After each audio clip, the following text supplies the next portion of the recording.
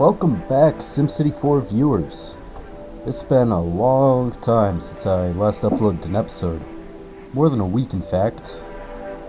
I already shared my excuses for why I wouldn't be uploading last weekend. And basically, after I got into the habit of not making a video every day, it was pretty easy to keep doing that. And nobody was really bugging me for more content, so I just let it slide a bit until I felt the urge to record hit me again. Anyway, today's episode is going to be a bit different. You can see we're going straight into a city called Lake Kiev. I am keeping my word that I said at the end of the last episode, that we're going to continue along the expressway east from Corsair Cove, but because it's been a whole week, I did a bit of playing off camera, and I did all the retrofits for most of the length of the expressway, pretty much 90% of the way eastward across my region. I just wasn't entirely sure it would make for interesting video material in the first place. I already have a lot of the same stuff going on. And I have a lot more of it ahead of me too if I'm going to finish this project before I move on to something else. So I just got it out of the way on my own, and today we'll just be taking tours of these cities so you can see what's up with them and what I did. Anyway, Lake Kiev, I basically built it in an afternoon and an evening, sitting on the couch on a laptop, very slow. While my friends watched TV and smoked a lot of bud. I might have been participating too. I thought it turned out pretty good for the amount of time I put into it.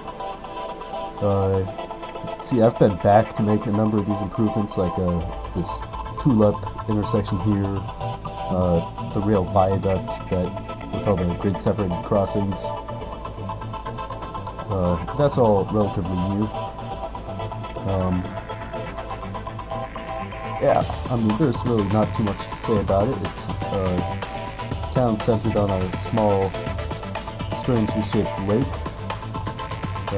Got some dense buildings basically clustered around the water and along the main roads, especially right here. A few higher mid-rise buildings up there as well. Yeah, so for the exit, originally there were 3 exits in this town. One along this avenue, one along this avenue, and one along this road. And in addition to that, there was a T intersection here, which led into ground highway continuing in this direction until it turned into this avenue in time for this intersection. Originally, this entire avenue was a highway with its own additional exits here, and here, I believe. But at some point when I was coming back into the city, I realized, after I realized that down here, I believe it's parkland, which next to, after I realized I didn't want or need to have a highway there, I just bulldozed this further and turned it into an urban boulevard. And eventually I bulldozed even the interchange and replaced it with a little park and a few new zones.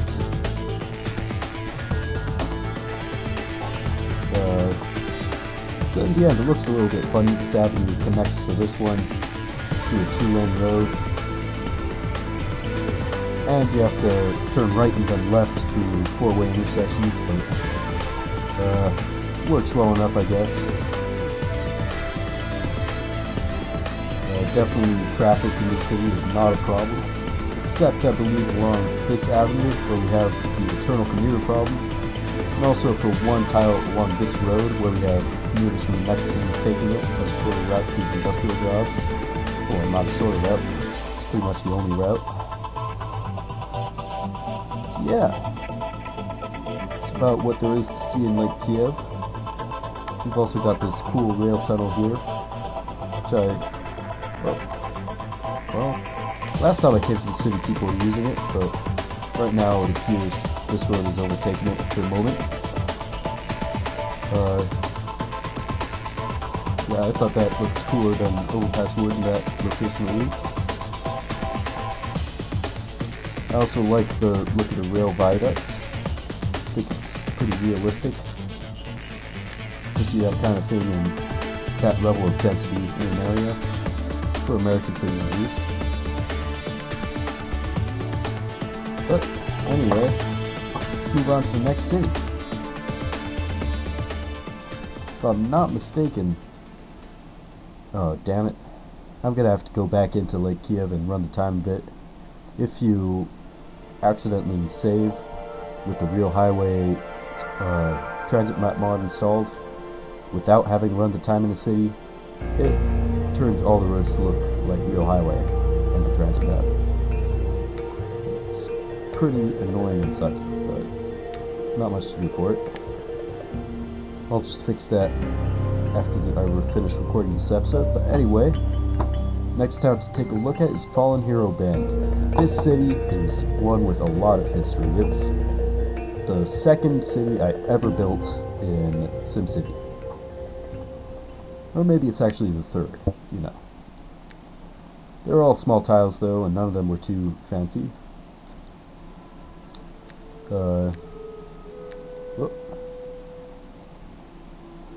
Yeah. You can see back then I was pretty liberal with where I would put density, so long as I thought it matched,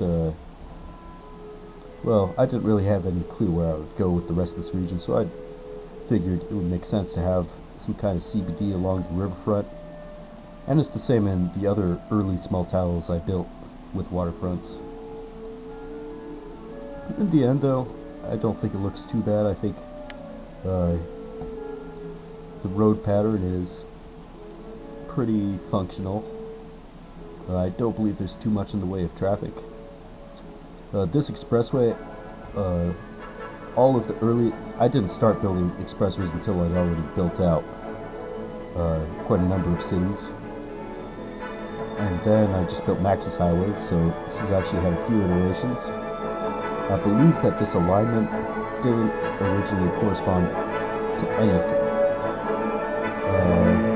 Or maybe there was a street there, but it involved a lot of demolition to build this out. And originally, of course, it was a Maxis highway with quite a few exits. In the end, though, with the high density of streets running under it, I was only able to build one half of an exit, because I figured Lake Kiev's a small enough town that the people of Fallen Hero Bend don't really need to communicate with that place too much, or at least too much more than they can already do along these connecting avenues. So, it only communicates into the next city, which is a medium tile. It's called Barger Head. Actually, the first medium tile city I ever built. This really is a historical part of my region. So yeah, ferry transport is pretty popular around here, as in all the cities along this river.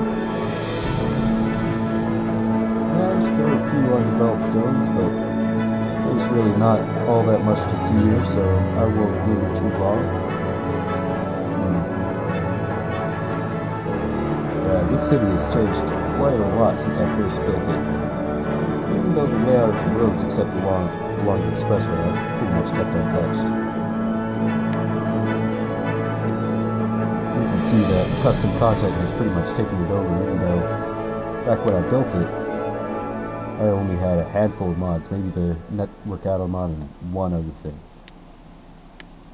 Anyway, on to Barger Head it is.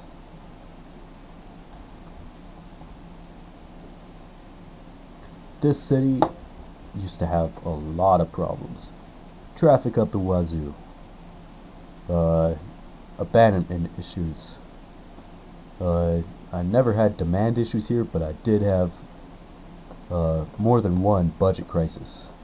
Brought me very close to the brink. Yeah. But I've managed to solve pretty much everything. It's one of the cities I've visited. All my cities, I come back to them a lot when I have a reason to. or even without a real reason, but this is one of the older ones, so I've been coming in and out of here for a long time. The original part of the city actually is along these two intersecting avenues, and it's more styled, basic grid pattern, you know, typical old-fashioned American city layout, very Hippodamian, and it's got quite a few high-rises. It's pretty dense. Yeah, that was just how I zoned most places back then. And then along the waterfront in the east half of the city, I built these really cool slope neighborhoods. Real cliffside dwellings for anybody who's into that kind of thing. Yeah, I feel like it's one of the more scenic places that I've made.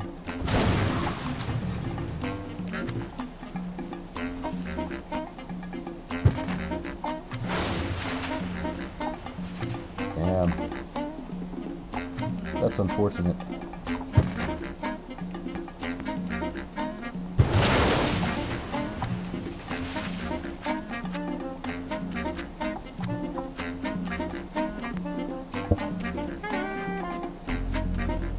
Yeah, well, I lost a couple houses there. That's why you don't try to touch these things after you've already built them. Yep, and it continues all along the waterfront. These low-density cliffside neighborhoods.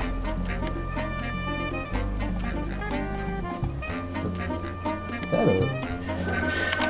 yeah, it's a little bit dilapidated. That's a shame.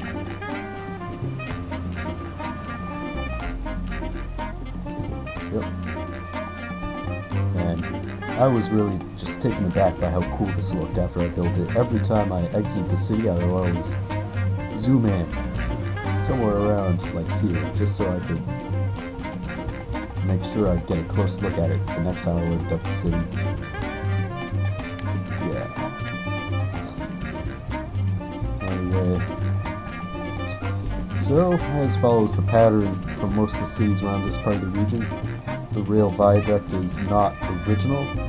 I actually only built it and removed the at-grade freight rail intersections right in the city center only when I retrofitted the highway very recently. I also used that opportunity. Hey, well, sorry about that cut. That was a crash. Probably only the second or third time I've ever crashed while pressing the rotate buttons, and certainly the first in months and months. Anyway, while we're waiting for load, I might as well tell you a bit about the history of Barger Head. As I already mentioned, it was my first ever medium tile city. It was also just my third or my fourth SimCity of any type overall. And when I first built it, I basically had a few hours between classes on a Thursday. Before my first class let out, I sketched out a little idea for what I thought might make a cool city on a scrap of paper. Then I immediately went to the library to sit myself down on a couch on the second floor, my university library by the way, so not too crowded in the middle of the day, at least that time of year. And I basically started building the city right there. Another new thing, when I built this viaduct, you can see there's a tunnel right through here, right through the hill. Previously this rail was just running at grade right up and down the slope, and it was only 2 tiles from this avenue, which prevented me from zoning very much big there. You can see I've already zoned up a bit of that previously occupied space, and I've converted the rest to a downtown park. Originally, this whole part of the city was dominated by city center industry, very terribly polluted too, but downtown has gradually gentrified and moved more toward tall office buildings and condos. Like many real US downtowns. That's how things have tended to go. Down here too used to be really scruffy looking, and now it's very tame. Yeah, all these areas that used to be mostly dirty industry, now sprinkled with high-tech and all kinds of commercial and residential stuff. Anyway, segueing on over to the next part of the city. Man, this university probably looks really dirty. Wait, hold on a minute, I just want to check. Yeah. You can also see I have a garbage problem. I've already built an additional waste energy plant to take care of this problem. Just hasn't completely finished the job yet. Yeah, but that was my first time building a ploppable lot this large. Didn't really understand how to avoid having an effect like this on heavily sloped terrain like this town is built on. And even now, if I was building a town on terrain like Barger Head, I just wouldn't be able to find a good place for a lot like the University of America. But at the time, it was all very new, so I thought the massive vertical brick abutments looked cool. So I decided to keep it. You can see this main avenue here sort of curves along the waterfront until it ends, instead of really connecting to anything on a straight route. Actually, originally when I built the west side of the city, it was intended to be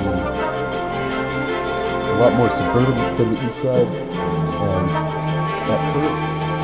when I first built it, there were no avenues running through it east to west. West is this way, by the way, if you lost track.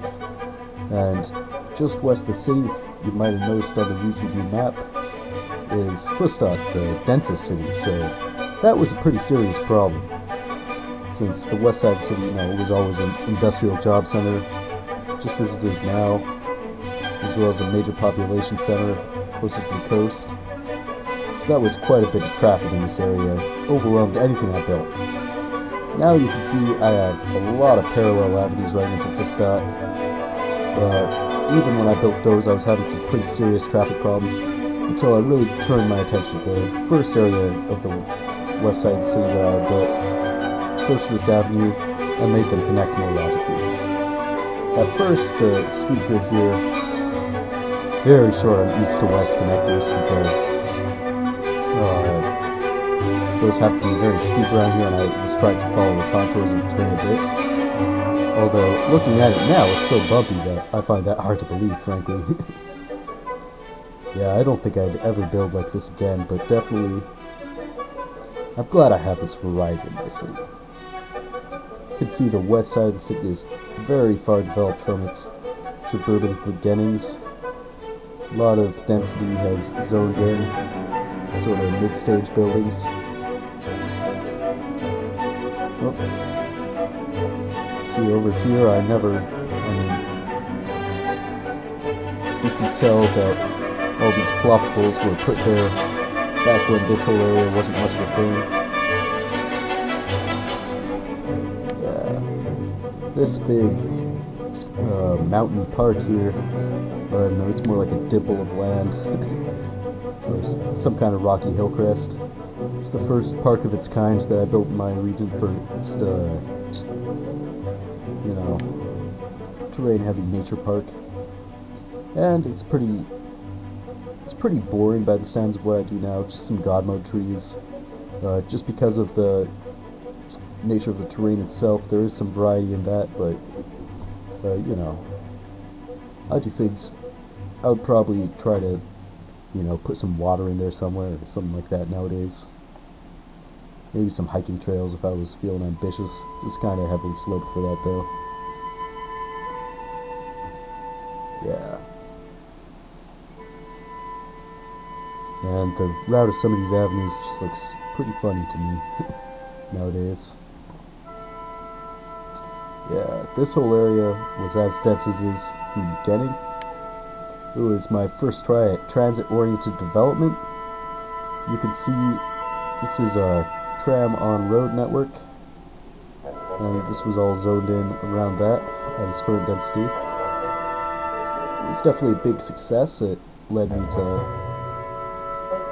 I think it was one of the first tram systems I built in this city, but definitely its success motivated me to expand the tram system to hook up and run all the way along this avenue. It's a major artery, and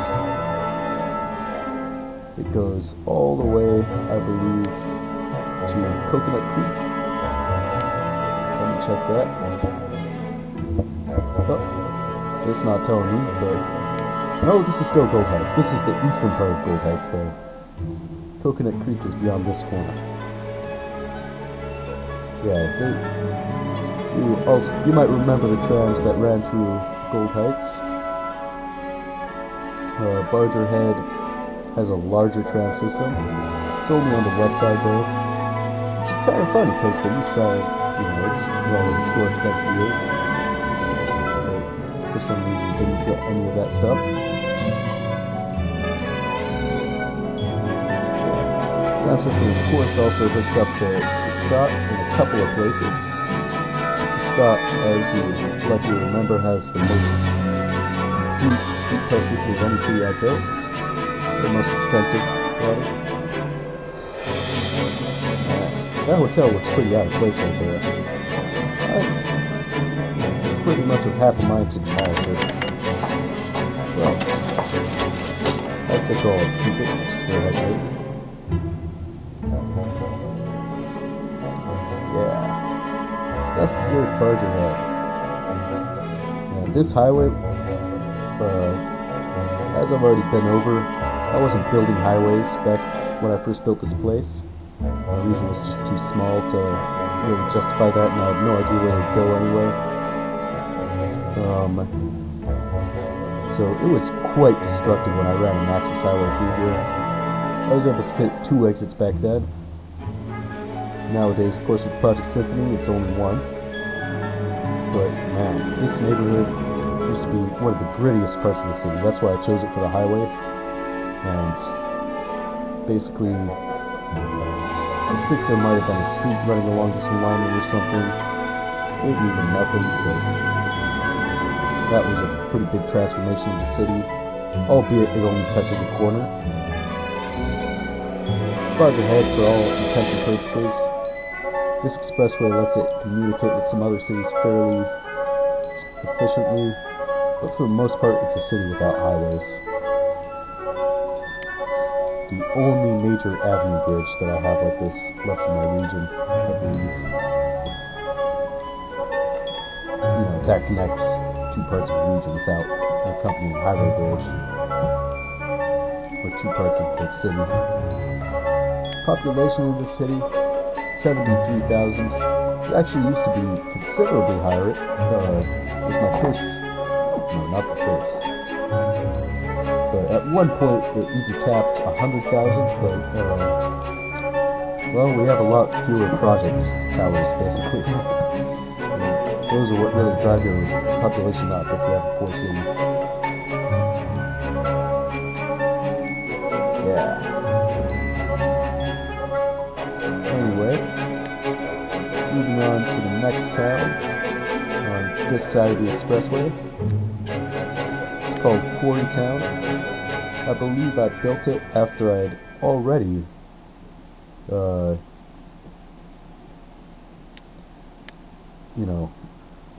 made quite a bit of progress on Barger Head and Coconut Creek as well.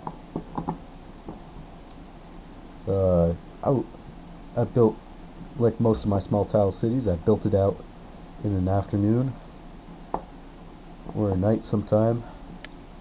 And I was very proud of it at first for the amount of high wealth that popped up in there.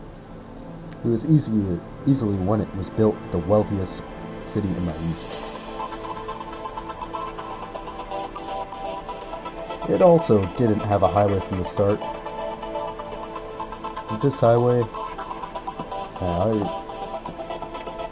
really did not care what I demolished, I guess. Yeah, originally this one also had quite a few exits, down to just one. But the city's pretty functional. This promenade along the waterfront is not original, but it's the only thing like it in my region so far. You can see I built it before I had downloaded the dependency file for my custom KRG palm trees that I used since then. I think it looks okay to have stock palm trees in a couple places. Whoa, didn't want to turn on the speed. Yeah, the only connection across the river here, either by ferry or by rail. That's actually surprisingly functional. People have no problem getting in their cars in some city to build alternative infrastructure. Yeah. And I actually, from its high wealth origins, I had quite a slew of abandonment problems when I had some trouble with power in the city. And even today, you can see there are project towers here and there. It hasn't quite regained its former original glory. But, you know, I think it's still pretty nice for what it is. A nice, dense riverfront city. I think the road pattern makes a lot of sense. This Made 4 is actually a connecting avenue to Hammerhead Park, a city without highways. So that makes sense to be there. Also a couple of road connections, I believe. Traffic, I'm pretty sure it's not perfect, but it's not really something I'm worried about either. Yeah, those neighbor connections fuck stuff up. Also around here, downtown, Quarrytown, there's an issue where the avenue runs and there are only 2 parallel network streets to these high density buildings. But it's not a problem that I'm keen to fix right now, so I think we'll let it slide. I wonder if anybody uses that downtown. What? There are 885 jobs in that downtown parking garage. I don't know that I'm ever going to build that again. It's going to be like that. They're all commuting by ferry from another city. Actually, that is really not so bad. Anything that encourages ferry traffic means I get to watch boats go through my rivers more often. I'd say that's a win-win. One or further way to get freight ship automata running in the region. Which there is. I'd love for somebody to tell me in the comments. Those would be pretty cool to have. But anyway, I figure that gives me a good look at some of the historic heart of my region. Next time, we are going straight east to connect this expressway we've been renovating to the very first stretch of expressway that I renovated on camera in this region with Project Symphony. And from there, it's relatively, not a direct hop, but it's not too far south to get back to Luanda. We've been there before, and I think that will be the last portion of my expressway network to be renovated. I really don't like how it looks on the transportation map either. I don't think it's too logical or realistic where the highways are running. So I'm going to be looking at that again too. Yeah, definitely there's a lot of work to be done in Luanda. It's a cool looking city already, but it's going to get a lot better. And we've got some pretty cool cities along the way too. All of these places, you know, it's the newer part of my region. If the center and the north and the west are the older parts, This definitely reflects my more recent work, what I've built since I've gained a lot more experience. Each of these places has its own shtick, in a way. And they aren't the perfect cities, but definitely they do represent some better work. I'd say in general, slower density. Even that on its own is a move toward realism. But anyway, I feel I've probably bored you guys long enough. No real gameplay in this video, just tours of cities. But personally, for me, that's what I watch YouTube for. I love seeing other people's work,